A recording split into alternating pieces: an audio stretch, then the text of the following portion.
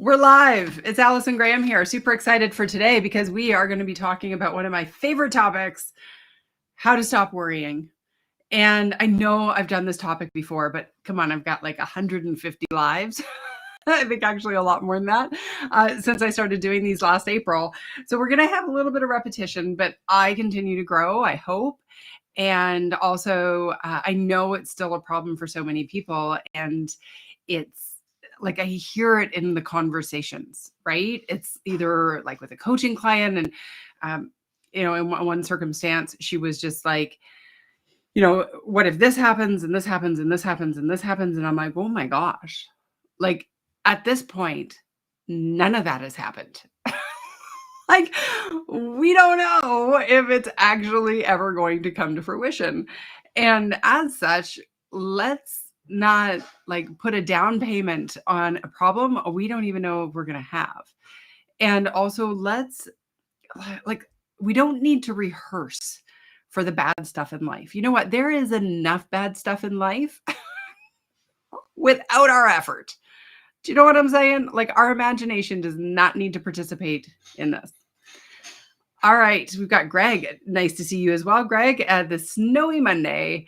I am looking forward to today's discussion. Well, and I hope you will join in. Anybody who's watching live, by all means, put your name in there. And if you don't want me to bring your name up on the screen, totally cool. Just put that in the comment for your eyes only. And I will definitely, still answer the question, but not have to put your name up on the screen. But I'd love to hear from you. Like, is this something that happens to you? Like, are you a worrier? Like, I remember, it was everything, right? Like, I would worry I was going to embarrass myself. I would worry about speaking.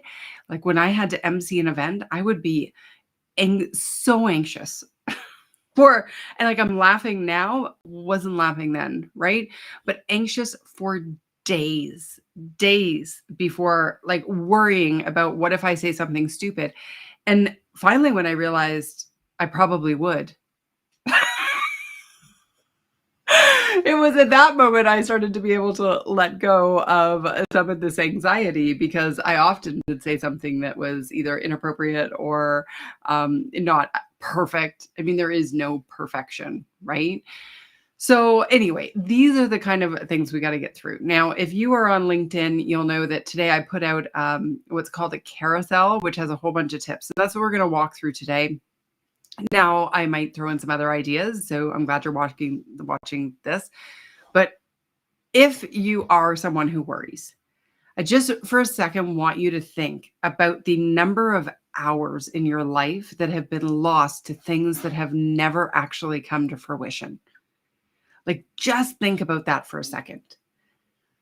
Like, I remember one of my coaching clients, and I've coached lots of people over the years, and it's funny because a lot of us have the exact same issues, right? It's called the human experience. And, she would just be so worried about cash flow and clients. And what if they've said yes, but what if they say no? Well, they've already said yes. So let's assume they're going to keep saying yes. But it got to a point where we just talk about a crystal ball. And I'd be like, so how's your crystal ball so far? Like, it sucks. Its track record is so bad. Like, so bad. You have to stop trusting it. Because one of the problems with when we're worriers is we can actually put the imagination, like the stuff that we're creating in our mind, we can start thinking it's factual. It's not fact, it's imagination. Okay. I've got some more comments here. I used to limit the opportunities that I pursued based on the what ifs. Thankfully, that behavior is in the rear view mirror, but it takes work. It totally does. And I think that this process of personal development and peeling back the layers of our personality and our patterns and the things we do, and how potentially we're making it harder and we're creating a struggle in our lives completely unnecessarily. I think for me, worry is one of those ones that I'm most passionate about, because I know how much of my life it completely sucked dry for me. So that is important. And It's like when you're worrying, like you got to figure out what does it feel like for you when you're worrying? Like what is the sensation in your body? For me, it comes very much, I'll know I'm really in my head. Like it's like storyline. Like I have to keep checking in. Wait a second. Is that factual? What are the facts? What's the real issue? What do I know for sure to be true? And when we can start noticing that sensation, if that allows us to be like, oh, wait a second, I'm worrying, and then doing something to interrupt it. Whereas I think a lot of times, if we're not bringing that level of self awareness to our day to day operations as a human being, not as a, our business or even in your business. But if we're not bringing that self awareness, what happens is we can just go 2 or 3 days and we've been worrying about the same thing without ever bringing a level of consciousness to it.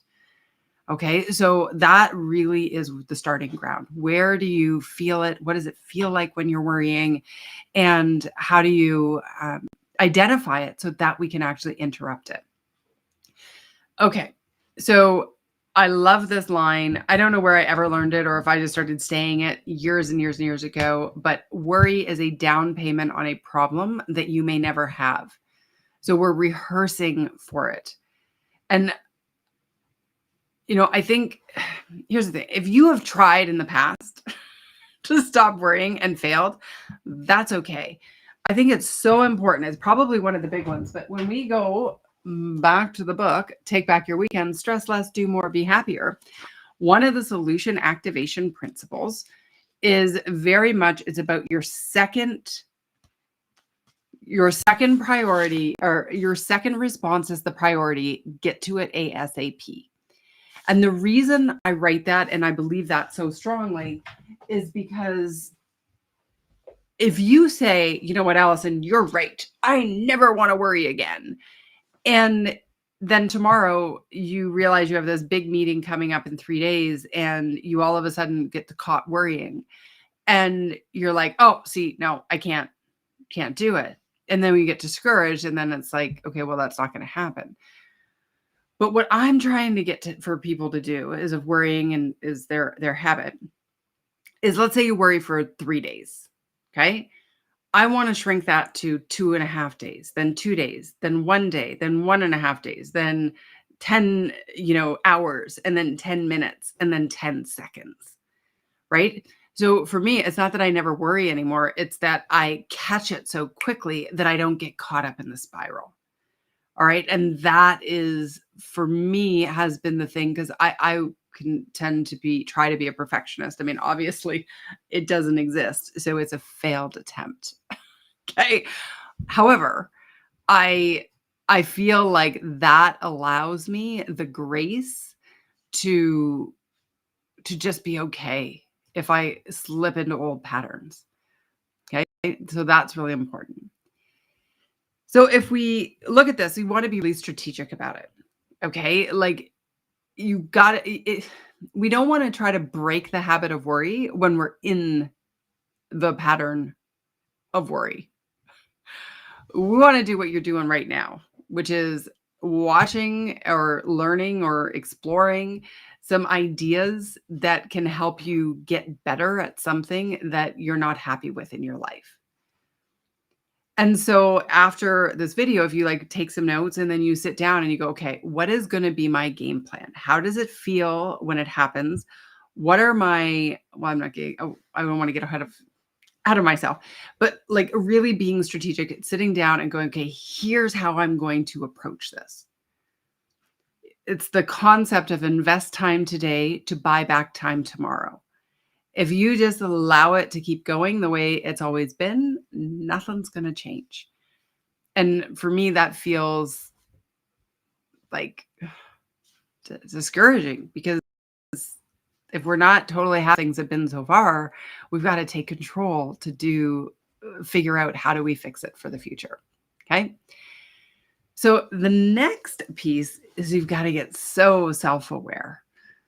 And I know that self-awareness can so easily slip into self-judgment and self-criticism.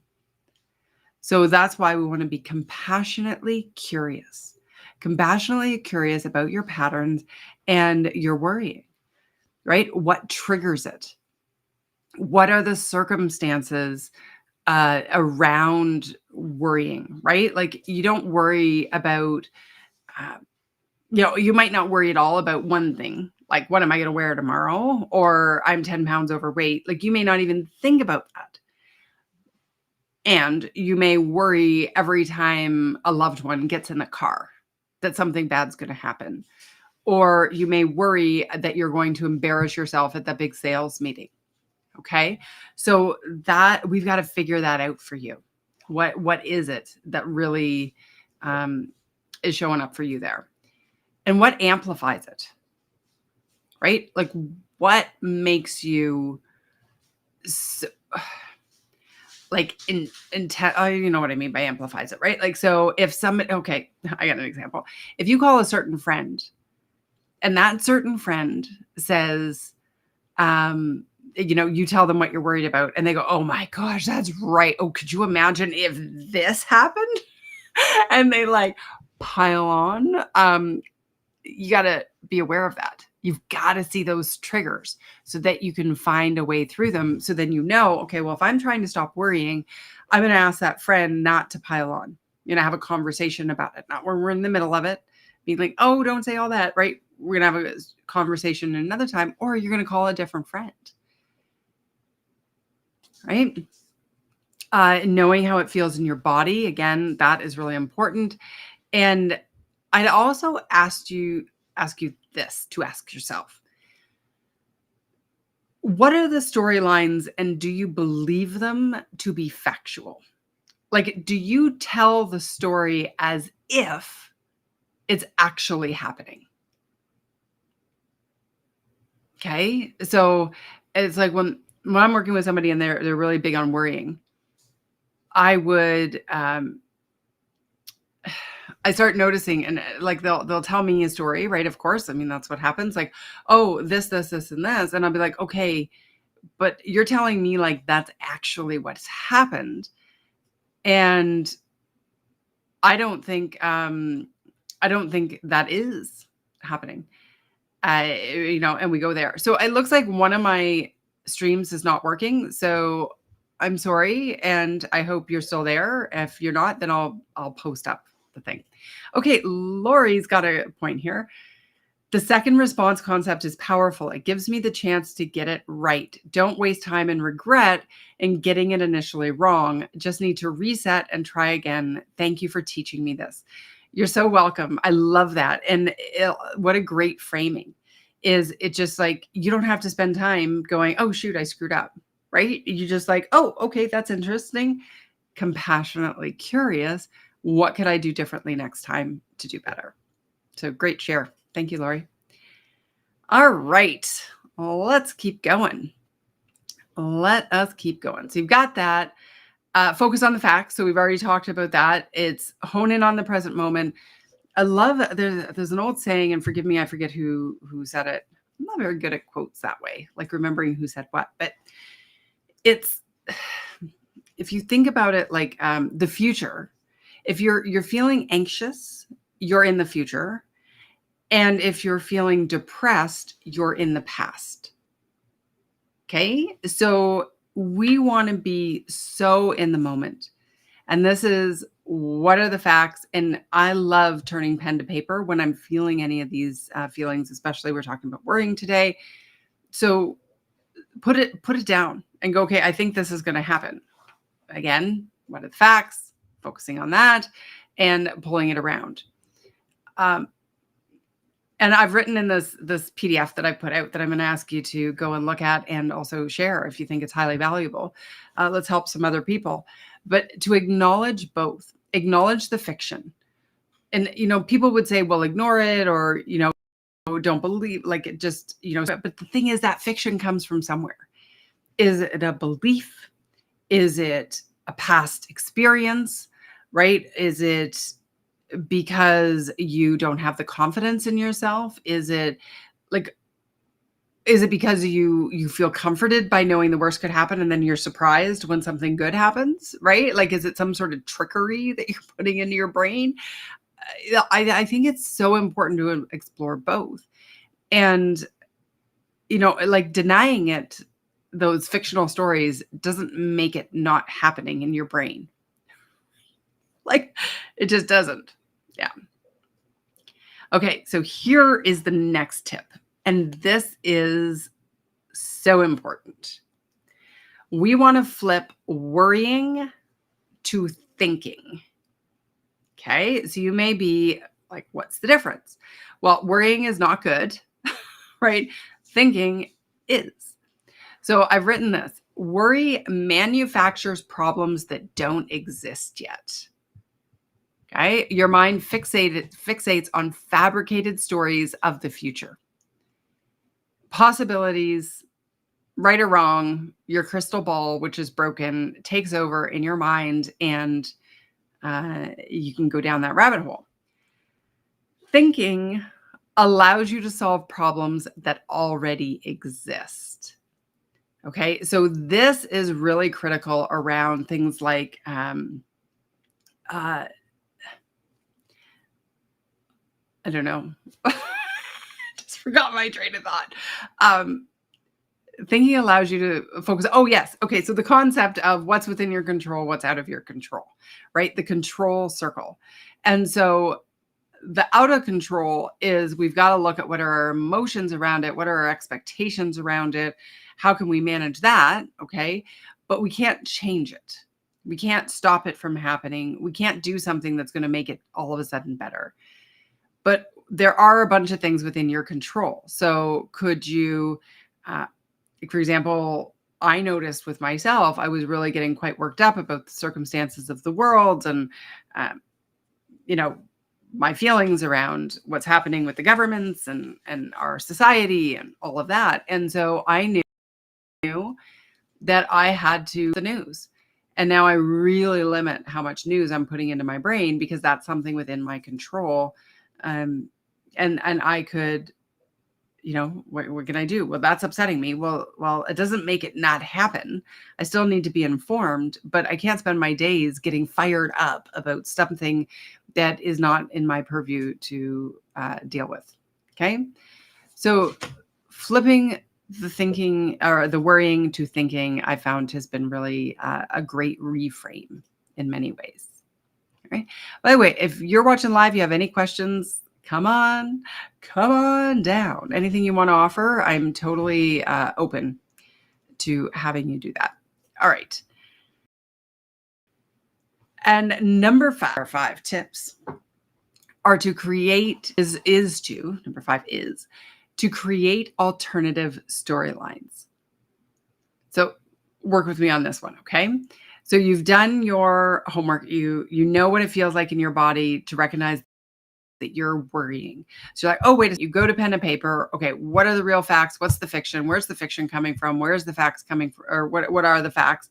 What's within my control? What's out of my control? Okay, how can I solve that? How can I process the things out of my control, etc.? But then what do we do with that worry? Right? Like it's still there. It's still in our head and it's not just going to disappear because we say, I'm not going to worry. But this is where I want you to create alternative storylines. No one is afraid or worrying about what do they do if they win the lottery. Now, they might be fantasizing about it and really excited about when it happens. They're just not sitting there going, oh my gosh, how will I deal with that money? I don't know. Right? Instead, as part of the human experience, we fixate on the tough stuff. We fixate on the worst case scenarios. And so I'm not asking you to change that storyline and be like, okay, that isn't plausible, because maybe that worst case scenario totally is plausible. Totally could be, right? Like maybe your company is going to go belly up. Maybe all of your favorite customers are going to leave you. Maybe, COVID's going to take the plans away that you had. That could happen. And maybe something really great is going to happen. Maybe you're going to create a new type of business. Maybe you're going to find new favorite clients. Maybe the current clients you have just need a conversation and they're not going anywhere. Maybe your COVID is going to change your plans for this, but it's going to allow you to do X or Y or Z. Okay. So we want to be sure that we're creating some positive, so here's my thinking. If it's a negative storyline you've created with your worry, you have to create two more. One that is totally positive, awesome, sauce, great, and one that's a little bit more neutral in the middle, but leaning more positively. Okay. Now, here's why we do this. Because in the absence of an alternative storyline, our brain is going to latch onto the negative thing that you're thinking. Okay? It is just gonna, hello, negative storyline. I love you. I'm going to stay with you. This is it. Right? But if that internal voice, if you go, wait a second, there's this possibility, there's also this possibility, and there's also this possibility, then your brain can't latch onto one because it recognizes there are others. And so it'll sort of be like hanging out in the middle going, woo, I don't know which the future will bring. But at the end of the day, you don't either because you can't predict the future. You know what I'm saying? All right. So now, as we move along, if there are any questions, bring it on. But 2 more tips, I think. Oh, we have 7 tips. Look at that. Next one, take action. What about this control? So when you find those things that are about the control that you can control, what can you do to lower the future risk? Right? Accept 100% responsibility for your circumstances and then go, okay, what do I need to get done to mitigate that happening? Right? If we're worried about an upcoming speech and you're nervous that you have to do it and you're worrying that you're going to fail or say something dumb, well, then you know what? Put action into place. Oh, as a matter of fact, I've got good news. Super excited. I am, and this will tie into the worrying concept. I'm speaking on your morning. I'm not speaking. Being interviewed. I'm a guest on your morning on CTV on Wednesday morning at 7:45 a.m. Eastern. So definitely tune in for that. CTV, if you've probably seen CTV, it's on every cable package. It's a standard. And you also have it on the internet. So they stream the show. Anyway, I digress. I, in the old days, would have spent 2 weeks worrying about it. And every moment that I go, oh, I'm really excited to be doing this. We're going to be talking about coping fatigue, which is something that I'm so passionate about helping people with. And instead, as soon as that twang comes up of, I'm like, oh my gosh, and I reframe it. I won't allow myself going into, storylines of, oh, what if I froze? No, I'm not going to allow myself to go there. I'm going to be totally prepared because I know my material, right? I know the questions that are going to ask me, I hope, I have an idea, at least of the steps I'm going to share. So doing that and being prepared and taking the action to be prepared so that we can show up, as opposed to all that time if I would have spent worrying about it, right? Because I want to do a lot more media again this year. So I've got a few things that are booked. I'll tell you about another one coming up that I'm really excited about as well. But I think all that worry would just be wasted energy. And not just wasted energy, but it's like double wasted because it's time you could spend preparing or getting excited about or showing up as your absolute best self that's wasted. Okay, so there's an example. And the last one is to trust yourself. Trust yourself to be able to deal with whatever comes. You have been through tough times before and you are still standing. So congratulations. And whatever it is, no matter how bad it gets, there's always hope. There is always another opportunity, another way, another something that you can get through. Okay, so worrying about it is not going to help, but you've got to learn to trust yourself and recognize how incredibly strong you really are. Like that to me is it's a hard thing to remind ourselves of, but it's definitely is important. So there we go. That is my thinking today on how do you stop worrying. And I really hope you take it seriously, because if you're somebody who's worrying, then you are losing a lot of time in your life unnecessarily. And so let's get that time back for you and really just step into your, into the present moment. Stop living in the future. Except for the future, I'm going to ask you to put on your calendar 7:45 a.m. CTV's Your Morning.